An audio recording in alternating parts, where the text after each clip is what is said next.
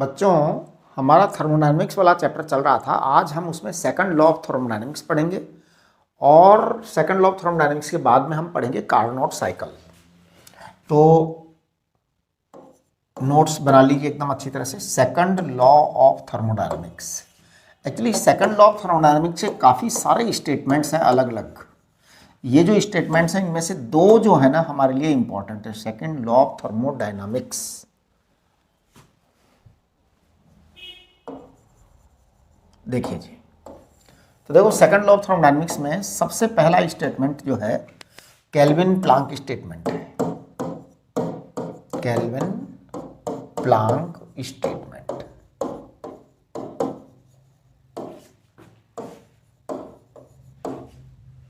है ना। तो क्या है?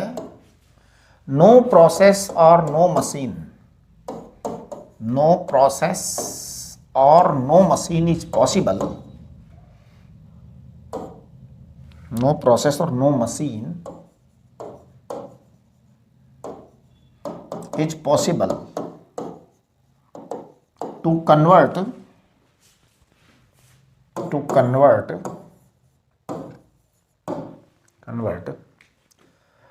entire amount of heat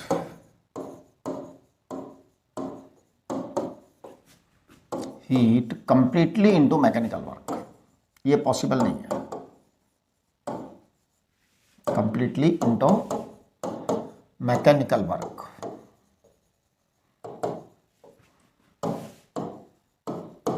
इसका मतलब ये हुआ कि हम कभी ऐसी मशीन नहीं बना सकते जो कहीं से किसी रिजर्वोयर में से या किसी हाई टेम्परेचर सोर्स में से कोई हीट लेवे और उसे पूरा का पूरा मैकेनिकल वर्क में कन्वर्ट कर देवे, है ना। तो we can not make any such machine,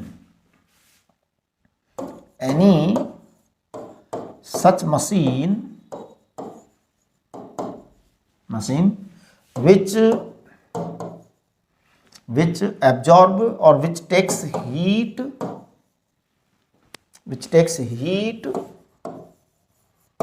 from a high temperature source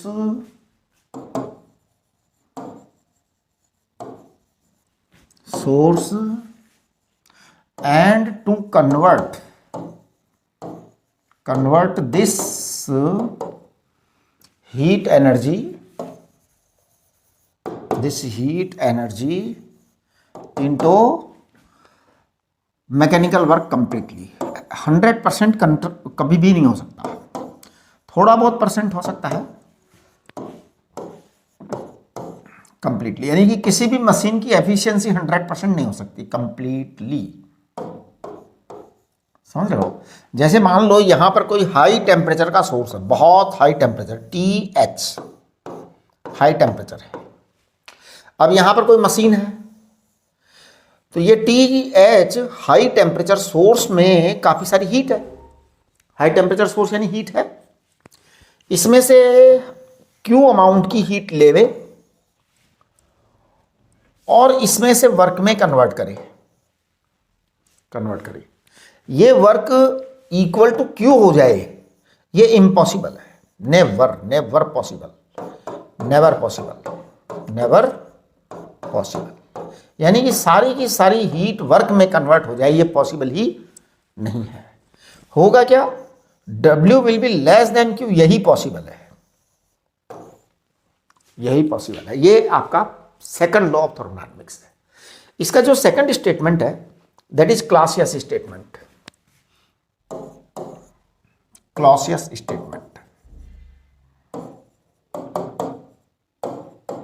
देखिए क्लॉसियस स्टेटमेंट क्या है। No machine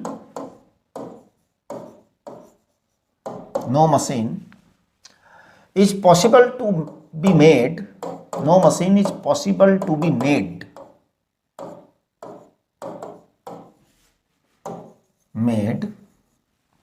no machine is possible to be made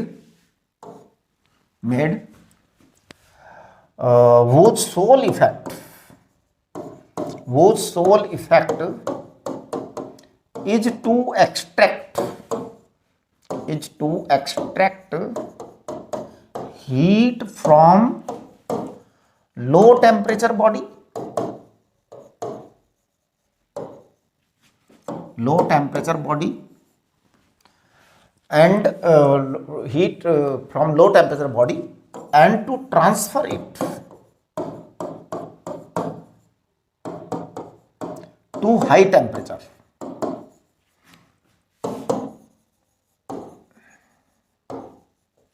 high temperature body without taking aid or assistance, without taking aid or assistance of any external machine or agency,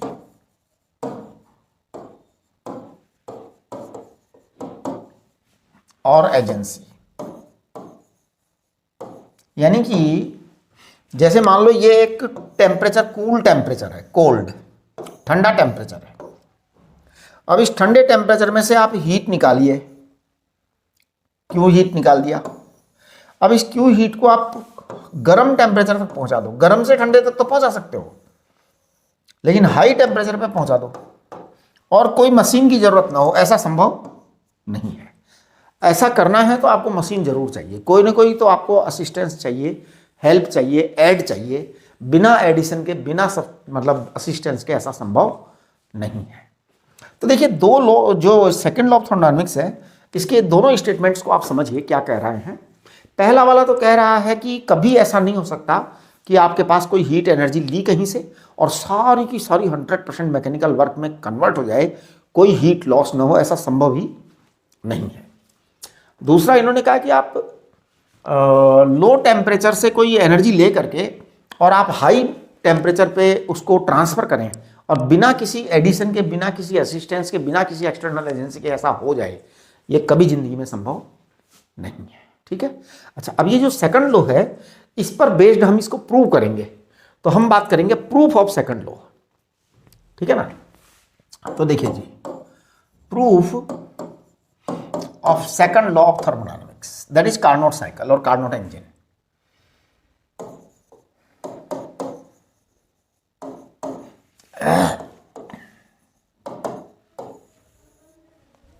देखिए, इसके लिए हम Carnot engine या Carnot cycle की जरूरत पड़ती है। Carnot engine और कार्नोट साइकिल। देखो बेटा, कार्नोट इंजन और कार्नोट साइकिल क्या है actually. Carnot engine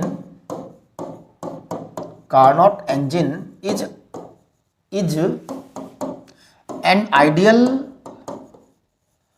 imaginary engine, ideal imaginary engine.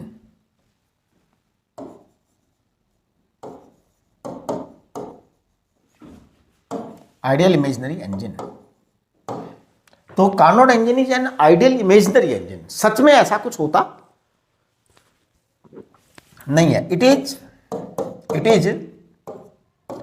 engine on paper. It is engine on paper. It is a theoretical engine. It is a theoretical engine. मतलब एक theory है बस और कुछ नहीं है। और पता है इससे हम प्रूव कर देंगे। It is a theoretical engine. Theoretical engine. This engine is based on this engine is based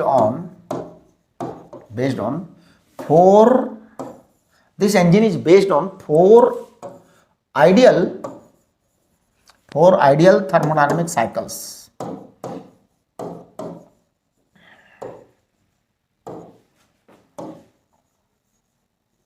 Four ideal thermodynamic processes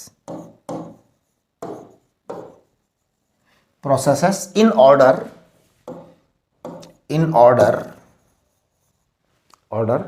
called Carnot cycle.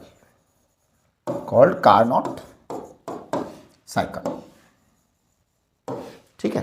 तो देखिए जी, अब हम कार्नोट इंजन की बात करेंगे और कार्नोट साइकिल की बात करेंगे। तो देखिए कार्नोट इंजन क्या है बेसिकली।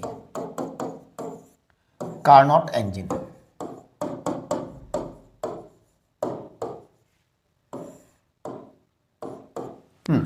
कार्नोट इंजन में क्या क्या होता है, तो इसके 4 कॉन्स्टिट्यूएंट्स होते हैं, 4 इंजन पार्ट्स होते हैं। तो 4 parts of Carnot engine, 4 parts of, किसी इंजन के अंदर पार्ट्स होते हैं बेटा, यहां पर भी 4 पार्ट्स हैं, 4 पार्ट्स ऑफ कार्नोट इंजन। देखिए क्या क्या है। सबसे पहला part high temperature heat source, high temperature heat source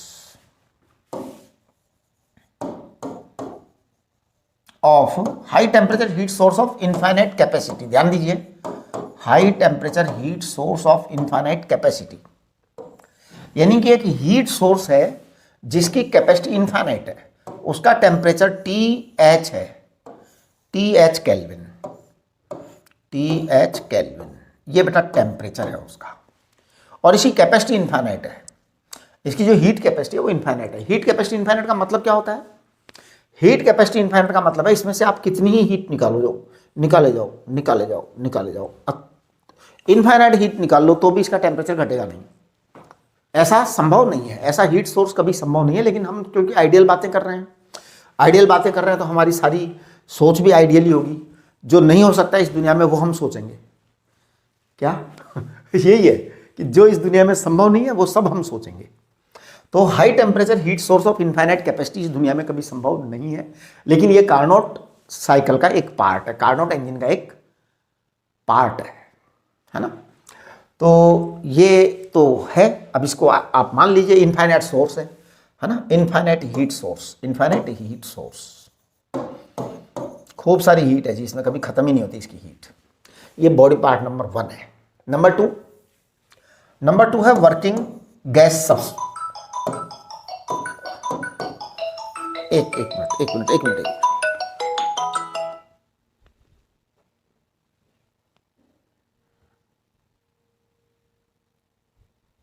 ठीक है, देखिए working ideal gas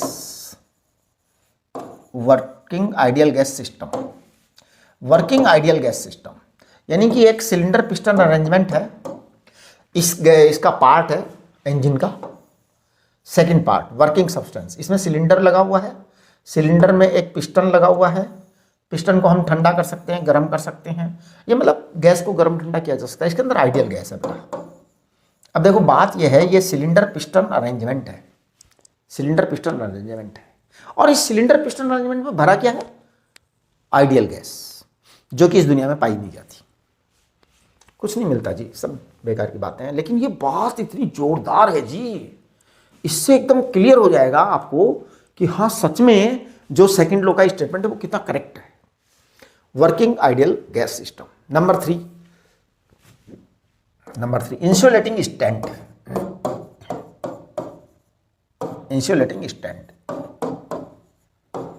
insulating stand का मतलब यह है कि कोई हीट नहीं लेता, है ना, नो हीट कंडक्शन, कहीं हीट इधर उधर जाएगी नहीं, दैट इज इंसुलेटिंग स्टैंड। एक स्टैंड लेंगे हम, ठीक है। चलिए जी, चौथे जो पार्ट है इसका वो है low temperature sink. Low temperature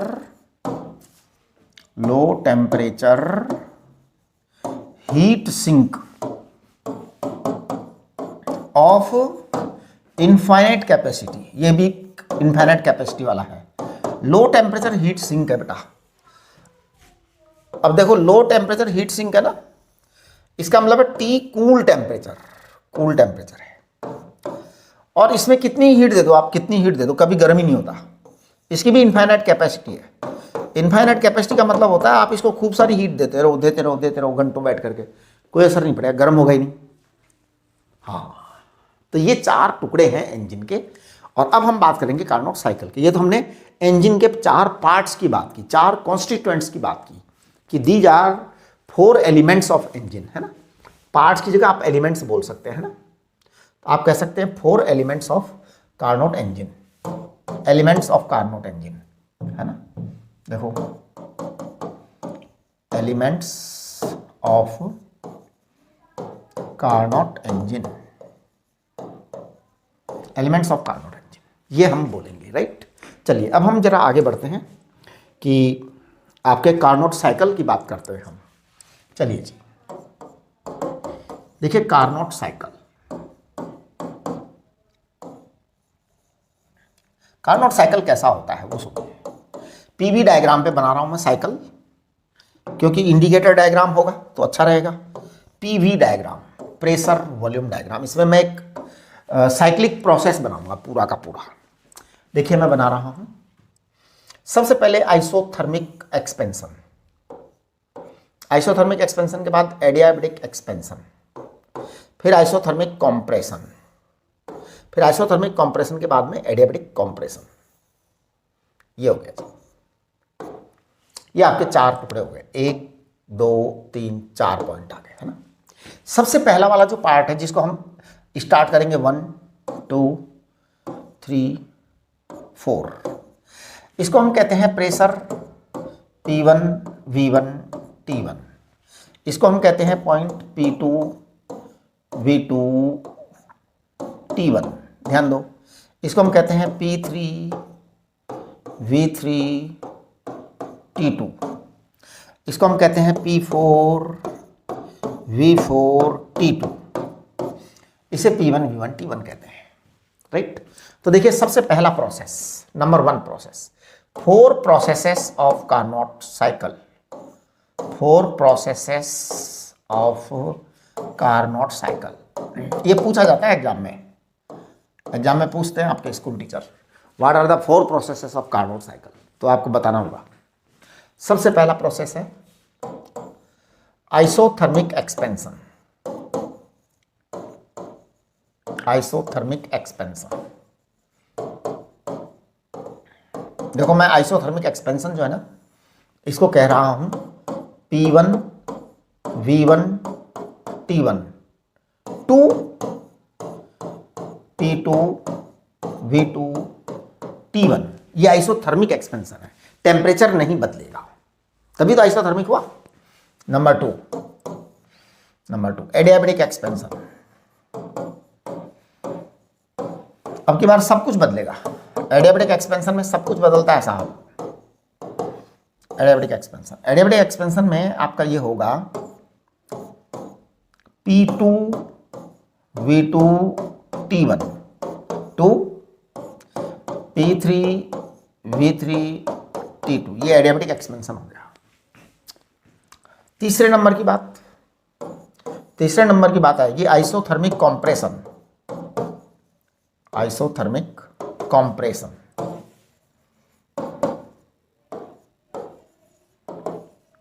आइसोथर्मिक compression, तो ये आ जाएगा P3 V3 T2 to P4 V4 T2, आइसोथर्मिक compression, है ना। चौथा नंबर आएगा एडियाबैटिक कॉम्प्रेशन, चौथा नंबर क्या आएगा, adiabatic compression.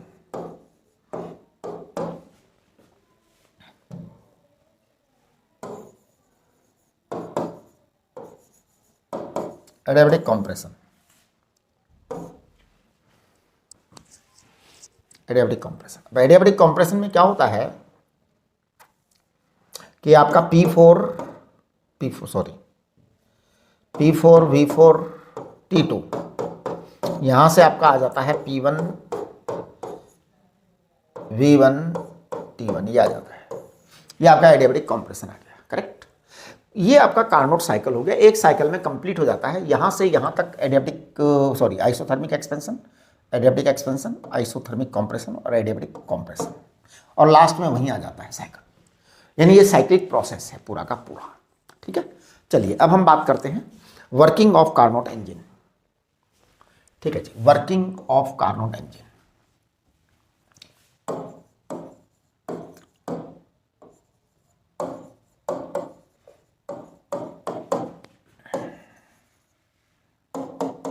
Working of Carnot engine, देखो जी कार्नोट इंजन कैसे काम करता है। सबसे पहले हाई टेम्परेचर सोर्स लेते हैं, high temperature source, T hot, H माने हॉट टेम्परेचर। इसके ऊपर आप जो है ना अपने गैस सिलेंडर को रख देते हैं, जो आपने लिया था ना वर्किंग सब्सटेंस, उसको इसके ऊपर रख देते हैं। इसके ऊपर रख करके इसको गर्म करते हैं।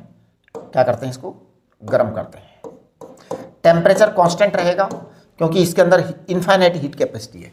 ये कभी ठंडा होता ही नहीं है, कभी ठंडा होता ही नहीं है, हमेशा उसी टेम्परेचर पर बना रहता है क्योंकि इसमें खूब हीट है, खूब हीट है। जैसे सूरज देवता कभी ठंडे ही नहीं होते,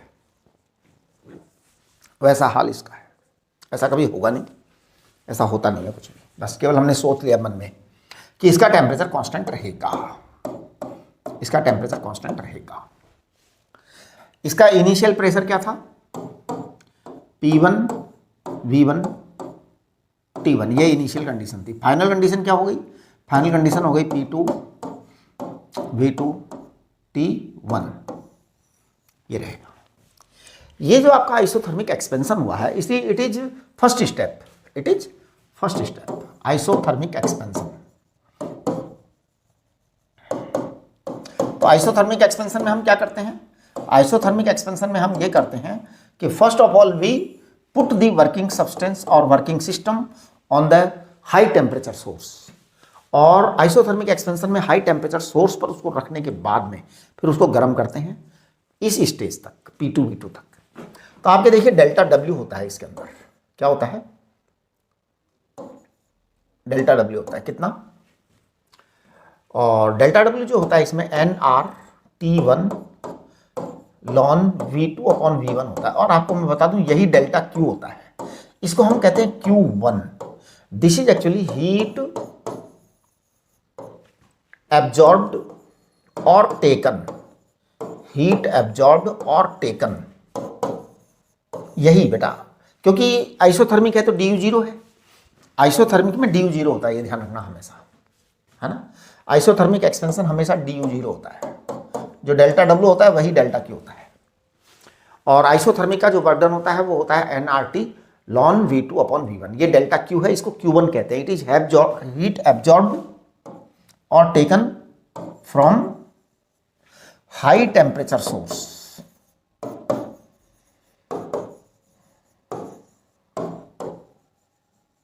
हाई टेम्परेचर सोर्स से बेटा वो हीट ले ली है इन्होंने, राइट। ये आपका फर्स्ट स्टेप हो गया, फर्स्ट स्टेप हो गया। सेकंड स्टेप में क्या होगा, सेकंड स्टेप में क्या होगा, स्टेप सेकंड, है ना। देखिए स्टेप 2, स्टेप सेकंड, वो स्टेप फर्स्ट था, वो क्या था, स्टेप फर्स्ट था, है ना। तो ये स्टेप फर्स्ट था, अब स्टेप सेकंड की बात कर रहा हूं मैं। स्टेप सेकंड में क्या है, एडियाबैटिक एक्सपेंशन। अब ये एडियाबैटिक एक्सपेंशन कैसे होगा जी, एडियाबैटिक एक्सपेंशन क्या होगा कि जो हमारा गैस सिलेंडर जिसको हमने अभी गर्म किया था उसको हम इंसुलेटिंग स्टैंड पर रखते हैं। किस पर, इंसुलेटिंग स्टैंड। इंसुलेटिंग स्टैंड जो है जिसकी कोई कंडक्शन वगैरह नहीं होती, इंसुलेटिंग स्टैंड होता है। मन ही मन में सोचना है, ऐसा कोई स्टैंड खरीद कर नहीं लाना बाजार से, बाजार से नहीं लाना, केवल कागज पर सोच लो कि है, सोच लो। बाजार से कोई खर्चा वर्चा नहीं करना, कहीं आप जाओ बाजार में से स्टैंड खरीद लो, नहीं ऐसा मत करना, बिल्कुल मत करना, है ना। आप तो समझ लो कि कागज पर ही करना है जी, सच्ची सच्ची बात ये है, सारी बातें कागज भी करनी है, सच सच कुछ नहीं है। मस्ती मारो। एडियाबैटिक एक्सपेंशन, अब ये एडियाबैटिक एक्सपेंशन में क्या है कि आपका जो है ना इसमें हीट का लेना देना नहीं होगा, बस एक्सपेंशन हो जाएगा, है ना। कहाँ से कहाँ तक होगा, P2 V2 T1। अच्छा, एडियाबैटिक एक्सपेंशन में गैस ठंडी होती है साहब, P3 V3 एंड क्या T2, ये होता है। इसमें जो है ना डेल्टा Q 0 होता है, डेल्टा Q 0 होता है। No heat transfer, no heat transfer, कुछ नहीं, न लेना न देना, कुछ नहीं होगा। लेकिन यहां पर है ना वर्क डन होगा, वो सॉरी वर्क डन तो होगा, वर्क डन तो होगा। यहां पे एक बात बताऊं मैं, क्योंकि आइसोथर्मिक एडियाबैटिक एक्सपेंशन है, एडियाबैटिक एक्सपेंशन है, तो मैं यहां पे कहूंगा कि T1 V2 raise to power gamma -1 it is equal to T2 V3 raise to power gamma -1। H पर एडियाबेटिक एक्सपेंशन। तो देखो बेटा, T1 अपॉन T2 क्या हुआ? T1 अपॉन T2 हो गया है V3 upon V2 gamma minus 1। आप चेक करिए जरा, ये आपके आ गया T1 अपॉन T2। इसको आप इक्वेशन नंबर 2 कह दीजिए, और पहले वाले को Q1 को क्या कह दीजिए? इसको आप इक्वेशन नंबर 1 कह दीजिए, है ना। Q1 तो आपका हीट एक्सट्रैक्ट है ना, लिया है इन्होंने हीट nRT1 और ln V2 upon V1, it is heat taken. तो ये आपकी इक्वेशन नंबर 1 है और वो इक्वेशन नंबर 2 है, राइट। तीसरे स्टेप में हम क्या करेंगे? आइसोथर्मिक कंप्रेशन करेंगे। तो देखिए step 3 of the Carnot engine, step 3 of the Carnot engine, isothermal compression.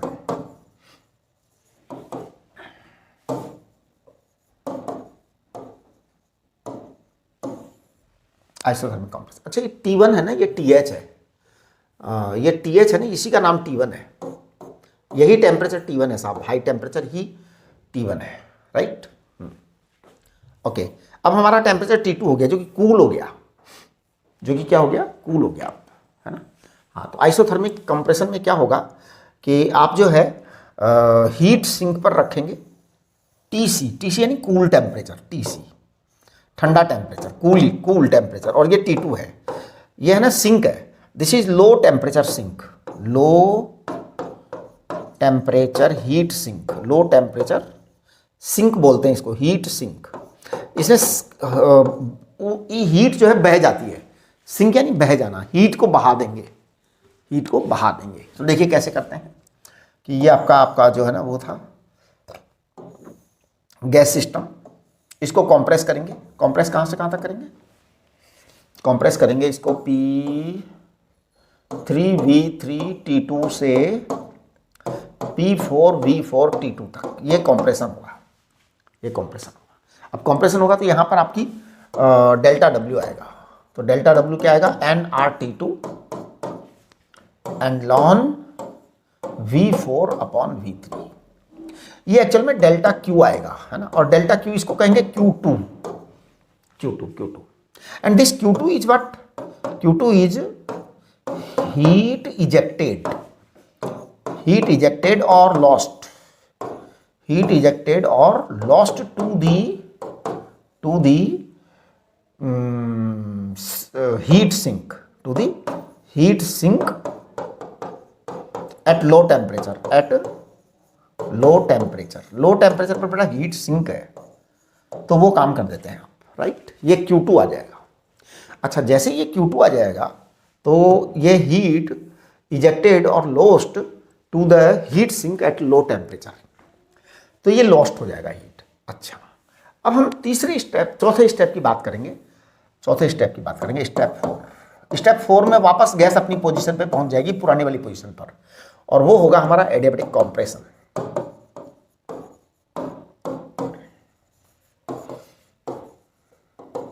Adiabatic compression में कहां से कहां तक करेंगे हम इस कंप्रेशन को? P4 V4 T2 से P1 V1 T1 तक, है ना। इसको हम इंसुलेटिंग स्टैंड पर रखेंगे वापस से। इंसुलेटिंग स्टैंड हमारा एक पार्ट था ना, इंसुलेटिंग स्टैंड, मैंने कहा था ना इंसुलेटिंग स्टैंड।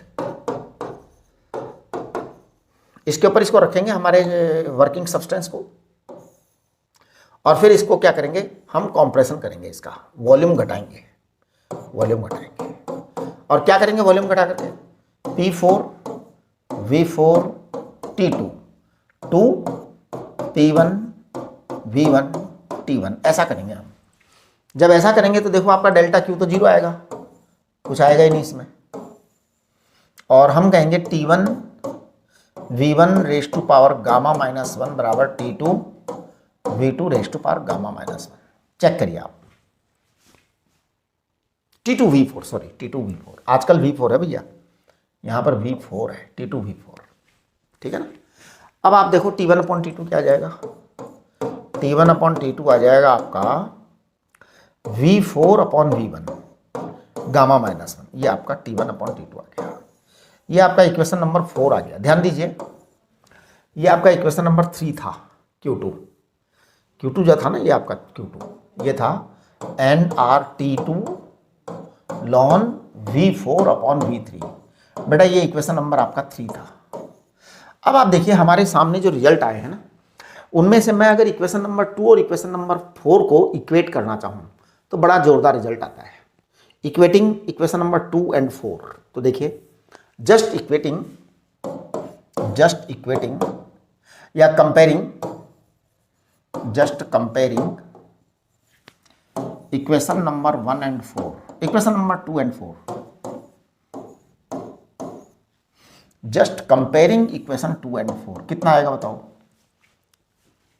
तो देखिए 2 एंड 4 जो कंपेयर होगा ना, वो ये आएगा T1 अपॉन T2 बराबर T1 अपॉन T2 बराबर आएगा कितना, जब हम इसको कंपेयर करेंगे तो ये आएगा T1 अपॉन T2 बराबर, वहाँ से लो सबसे पहले दूसरा नंबर कहाँ है जी, दूसरा नंबर कहाँ है जी, V3 अपॉन V2 है ना, V3 upon V2 raise to power gamma -1, तो V2 अपॉन नहीं V3 अपॉन V2 आएगा क्या है, V3 upon V2 raise to power gamma -1 और it is equal to V4 upon V1 raise to power gamma -1, ऐसा है। अब आप देखो T1 अपॉन T2 तो सेम है, तो ये दोनों बराबर हो गए, ये दोनों बराबर हो गए, तो हम इनको लिख सकते हैं बाद में, क्या लिख सकते हैं हम इनको लिख सकते हैं V3 upon V2 it is equal to V4 upon V1। Check करिए आप, ठीक है। तो कुल मिलाकर के बात ये हुई है कि आपका रिजल्ट ये आया है कि V2 अपॉन V1 आपका V2 अपॉन V1 ये बराबर होगा आपका V2 अपॉन V1, हाँ जी ये बराबर होगा V3 अपॉन V4। देखिए V3 upon V4, V2 upon V1 बराबर V3 अपॉन V4, ये आपका रिजल्ट है इस साइकिल का, राइट। अब जब हम इसको वहाँ पे चेक करेंगे ना Q1 एंड Q2 को, तो देखिए हमारे लिए सबसे इंपॉर्टेंट चीज़ जो इसमें थी Q1 क्या था, Q1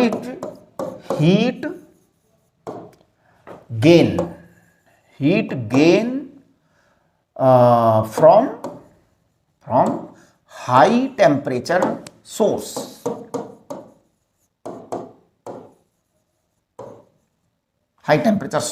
heat gain from high temperature source, ये था nRT1 ln V2 upon V1, ये बेटा हीट गेन था। अब देखना Q2 इज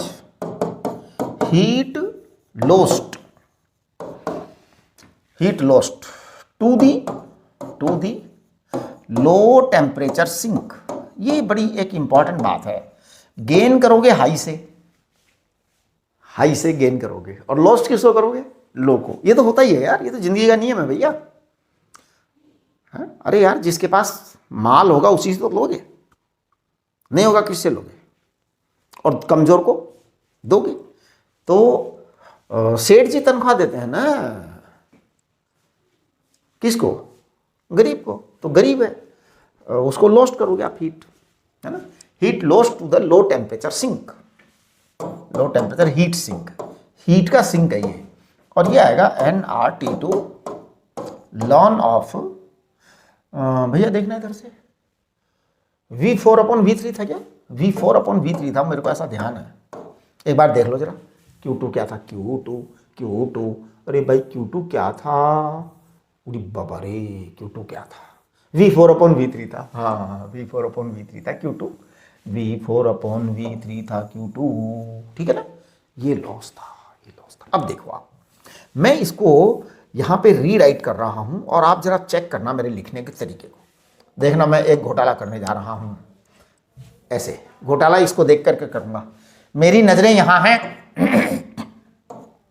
देखो मैं यहाँ देख रहा हूँ, आप भी देखो यहाँ पे, देखो देख लिया, मैं इसको देखूंगा, अब देखूं, मैं इसको देख रहा हूँ। अब देखो जब मैं वहाँ देख रहा था तो आप भी वहाँ देखो, और जब मैं यहाँ देख रहा हूँ तो अब आप भी यहाँ देख लो। देखो nRT2 ln व्हाट V3, उड़ी बाबा माइनस लगा दिया ना, हाँ माइनस लगा दिया, माइनस लगा दिया, मैंने भी एकदम सही किया, माइनस लगा दिया, V2/V1। ये सही है जी, ये सही है, ये सही। अब देखो एक बात बताओ आप, सिंपल सा, कि मान लो आपके पास 10 किलो लड्डू आए। मान लो आपके पास 10 किलो लड्डू आए, लड्डू होते हैं ना बढ़िया वाले, 10 किलो लड्डू आए और आपने 6 किलो दान कर दिया। 10 किलो लड्डू आए, 6 किलो दान कर दिया, कितने बचे आपके पास? 4 किलो। तो अब आप बाकी कितना कर सकते हो? 4 किलो का ही काम यूज ले सकते हो आप तो खाने में, अपने खाने में। इसे कहते हैं एफिशिएंसी। कि जैसे मान लो आपने कोई चीज़ मंगाई, उसमें से इतना तो जाना ही है, तो वो हीट लॉस होना है। तो अब एफिशिएंसी कितना आएगा, बचेगा कितना, वो काम होगा। देखिए नेट पॉसिबल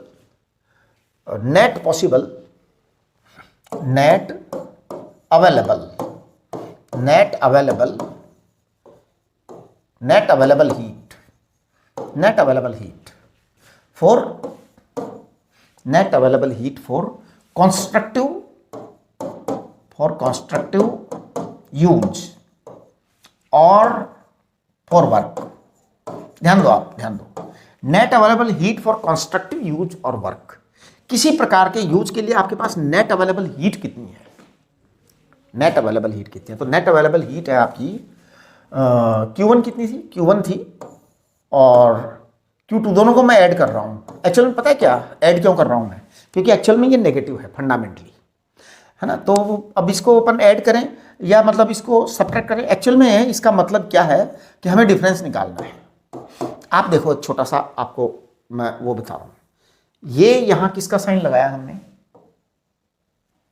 माइनस का साइन लगाया है। क्यों लगाया है भाई? माइनस का साइन हमने नहीं लगाया है, वो अपनी कैलकुलेशन में आ रहा है, देख लो ना, देख लो। ये हमने तो V4/V3 को V2/V1 लिख दिया, जो कि हमने प्रूव किया था यहाँ पे, देखो। अच्छा हाँ सही है, हमने सही लिखा है। तो ये जो है ना माइनस का साइन यहाँ आ गया। ये माइनस का साइन क्या कह रहा है? ये माइनस का साइन कहता है कि आपका जो नेट कंस्ट्रक्टिव यूज वाला जो वर्क है वो ये है। कंस्ट्रक्टिव यूज वाला जो वर्क है वो ये है, Q1 - Q2। तो मैं कह दूंगा कि NR ln V2/V1 T1 - T2। देखना ये आपका नेट आया है। ये पता है क्या है सच में? ये सच में है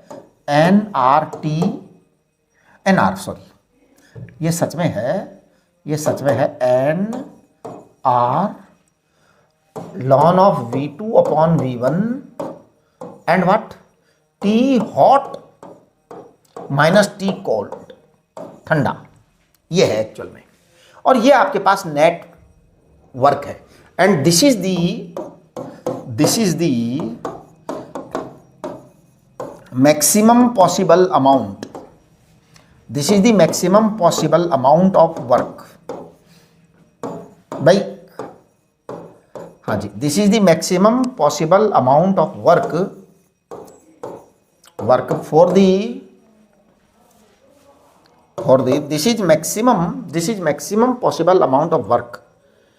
this is maximum possible amount of work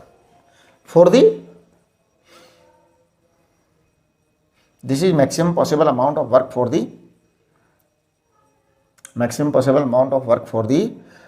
complete Carnot cycle, भाई कार्नोट साइकिल में से हमने क्या किया कि सारे हीट वगैरह सारी कैलकुलेट कर ली है। अब इससे ज़्यादा तो वर्क हो ही नहीं सकता भाई, जितनी बचेगी उतना ही तो काम कर सकता है ज़्यादा से ज़्यादा। हवा में से तो आएगी नहीं एनर्जी जितनी आ रही है उतना काम में जाएगा। अब आपने Q1 ली, Q2 आपने वापस कर दी, तो वो तो चाहते नहीं थे ना, लेकिन करनी पड़ रही है वापस, तो सिंक में तो करनी पड़ेगी वापस। तो वो कंप्लीट कार्नोट इंजन है, इतना आपका वर्क ज़्यादा से ज़्यादा हो सकता है। तो हेंस एफिशिएंसी। अब देखिए एफिशिएंसी क्या होता है। एफिशिएंसी की बात कर रहे हैं हम। एफिशिएंसी को हम ईटा से रिप्रेजेंट करते हैं बेटा, ईटा से रिप्रेजेंट करते हैं। तो इसका मतलब पता है क्या होता है? इसका मतलब होता है net output work upon net input try. Net input heat. अब देखो इसको क्या कहते हैं, इसे हम कहते हैं output result upon input try, output result upon input try.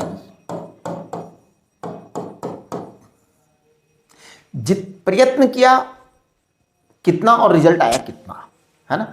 जैसे किसी ने बहुत प्रयत्न किया, रिजल्ट बहुत कम आया, किसी ने बहुत कम प्रयत्न किया, रिजल्ट बहुत अच्छा गया, तो एफिशिएंसी ज्यादा हो गई, है ना। Net output work upon net input heat. तो आपका एफिशिएंसी जो आएगा वो ये आएगा, देखो आप चेक करना, नेट आउटपुट वर्क निकाल रहा हूं मैं, N R lawn V2 upon V1, और क्या था TH माइनस टी कोल्ड। अच्छा, इनपुट हीट कितनी थी, इनपुट हीट थी NR T1 को TH बोल देते हैं, हॉट बोल देते हैं ना, लॉन V2 अपॉन V1। अब ये बाकी सब चीजें कट जाएंगी तो आपके पास में ईटा आ गया, है ना। देखना, इसको मैं कहूंगा TH minus T cold upon TH, ये आपका एफिशिएंसी आ गया। देखिए, अगर आप एक बात पर ध्यान देंगे तो बहुत ही इंपॉर्टेंट आपको एक चीज पकड़ में आ रही है, very very important thing to notice here, NOTE, very very very very important. पता है Q प्रोपोर्शनल टू टेम्परेचर आ रहा है यहां पे, Q प्रोपोर्शनल टू टेम्परेचर आ रहा है, यहां पर आ रहा है। कैसे आ रहा है, देखो मैं दिखा रहा हूं, देखिए मैं दिखा रहा हूं Q प्रोपोर्शनल टू T, दिखा दूं, दिखा रहा हूं Q प्रोपोर्शनल टू T। देखिए सभी बच्चे, मैं Q प्रोपोर्शनल टू T दिखा रहा हूं, ए रहा, ये देखो, ये क्या है Q2, ये क्या है Q2, ये क्या है nRT2, तो Q प्रोपोर्शनल टू T। बाकी सब चीजें सेम है, बाकी सब चीजें सेम है। आगे चलिए, ये Q2 आया ना, अच्छा Q भी तो, Q1 भी तो दिखाओ फिर। Q2 तो दिखा दिया, मैं भी कैसा हूँ, केवल Q2 दिखा के चल दिया। हाँ, Q1 भी दिखा दो बेटा, ये लो, मतलब Q प्रोपोर्शनल टू T है, Q प्रोपोर्शनल टू T है। और जब ये Q प्रोपोर्शनल टू T है ना, तो मैं कहूँगा कि Q heat equal to is proportional to T heat, है ना। हाँ हाँ, वही वही कहानी है, और कोई जोरदार कहानी नहीं है। तो देखिए, eta is efficiency of Carnot cycle, Carnot engine, आपका Carnot engine, Carnot engine, efficiency of Carnot engine. बेटा, इस एफिशिएंसी ऑफ कार्नोट इंजन का मतलब क्या हुआ, देखो मैं इसको कह रहा हूं TH minus TC upon TH, इसे कहेंगे Q heat minus QC upon Q heat. इसको हम कह सकते हैं Q1 minus Q2 upon Q1, इसे आप T1 minus T2 upon T1, कुछ भी बोलो जी, उससे क्या फर्क पड़ता है। इसे एक्चुअल में कहते हैं वर्क अपॉन QH, और वर्क Q1 माइनस Q2 के बराबर है। वर्क इन दोनों के डिफरेंस के बराबर होगा, ज्यादा से ज्यादा, मैक्सिमम इतना हो सकता है, इससे ज्यादा तो वर्क हो ही नहीं सकता, इससे ज्यादा वर्क तो पॉसिबल है ही नहीं जी। कुछ भी कर लो आप साहब, कुछ भी कर लो, नहीं होगा इससे ज्यादा वर्क। ये ईटा आ गया बेटा, ये ईटा आ गया। अब देखिए, इस ईटा को मैं कह सकता हूं 1 minus TC upon TH, 1 minus TC upon TH। अब देखिए, कुछ केसेस की बात करते हैं अपन, केसेज, कुछ केसेज की बात करते हैं। सबसे पहला case number 1, IF if TC is 0 kelvin, if TC is 0 kelvin, है ना। अच्छा, परसेंटेज एफिशिएंसी कैसे निकालोगे, कुछ नहीं, परसेंटेज एफिशिएंसी में 100 से मल्टीप्लाई कर दो जी, हाँ, और कुछ नहीं है। परसेंटेज एफिशिएंसी हो जाएगा ईटा इंटू 100, बस खत्म, यही परसेंटेज एफिशिएंसी होती है। यानी इसको 100 से मल्टीप्लाई कर दो, इसको 100 से मल्टीप्लाई कर दो, तो परसेंटेज एफिशिएंसी आ गया, है ना। If TC equal to 0 kelvin, अगर TC 0 केल्विन हो, 0 केल्विन हो, अगर कूल वाला, ठंडा वाला अगर 0 केल्विन हो, तो ईटा कितना आ जाएगा, ईटा 1 आ जाएगा। दूसरा case, I F if T H बराबर इन्फाइनाइट हो, इन्फाइनाइट हो, तो ईटा कितना आ जाएगा, 1 आ जाएगा। क्योंकि अगर ये टी सी जीरो हो गया ना, देखो जीरो हो गया तो केवल 1 बच जाएगा, टी एच इन्फिनिटी हो गया तो भी 1 बच जाएगा, तो भी 1 बच जाएगा। इसका मतलब ये हुआ कि अगर आपको एफिशिएंसी 1 चाहिए, 1 एफिशिएंसी 1 माने 100%, एफिशिएंसी 1 का मतलब होता है 100% एफिशिएंसी। इसका मतलब होता है कि efficiency of A Carnot engine, hence efficiency of a Carnot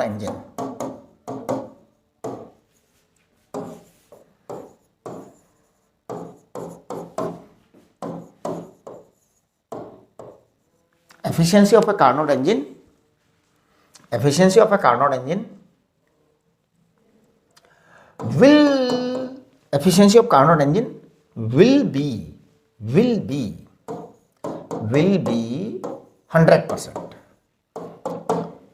Efficiency of Carnot engine will be 100%. If TC equal to 0 or TH equal to 0, and in fact these two conditions are not possible in universe, and in fact these two conditions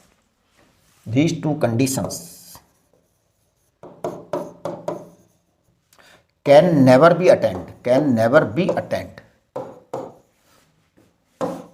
कभी 0 kelvin temperature नहीं होगा जिंदगी के अंदर, आपकी और मेरी जिंदगी में कभी 0 केल्विन टेम्परेचर नहीं आएगा, चिंता मत करो, कभी नहीं आएगा। और आपका टी इन्फिनिटी भी नहीं आएगा कभी, ये दोनों ही चीजें नहीं होंगी, है ना। तो देखिए, and in fact these two conditions can never be attained.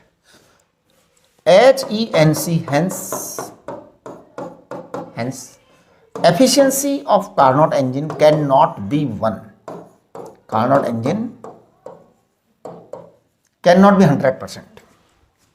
Cannot be 100%। भैया ये दो चीज होंगी नहीं, और वो कभी 100% होगा नहीं, वो कभी 100% होगा नहीं, है ना। तो वो कभी भी 100% नहीं होगा, ठीक है ना। तो ये कार्नोट इंजन की एफिशिएंसी कभी भी 100% नहीं होगी। Hence it is proved that no engine is possible to make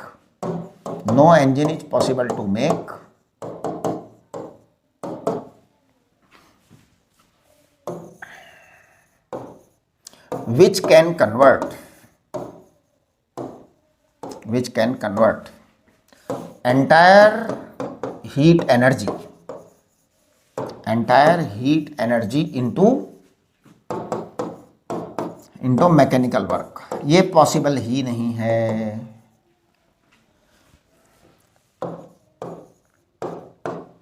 some amount of heat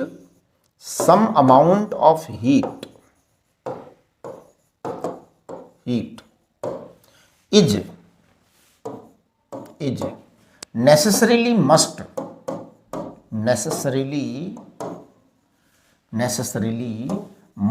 to be ejected out। बाहर फेंकना पड़ता है साहब, मजबूरी है, न चाहते हुए भी फेंकना ही पड़ेगा। some amount of heat is necessarily must to be ejected out to the low temperature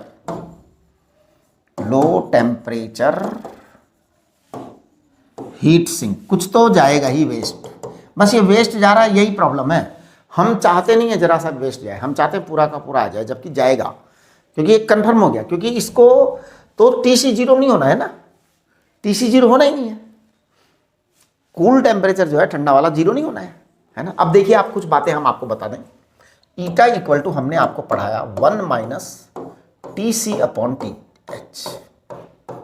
यहां कुछ बातें एकदम क्लियर हैं। ये आपका एफिशिएंसी है, परसेंटेज एफिशिएंसी निकालना है, 100 से मल्टीप्लाई कर दो, है ना, that is efficiency. To calculate percentage efficiency you have to multiply it by 100। तो वो कोई इश्यू नहीं है। अब मैं यहाँ पे कहूँगा कि I F if TC decreases eta increases,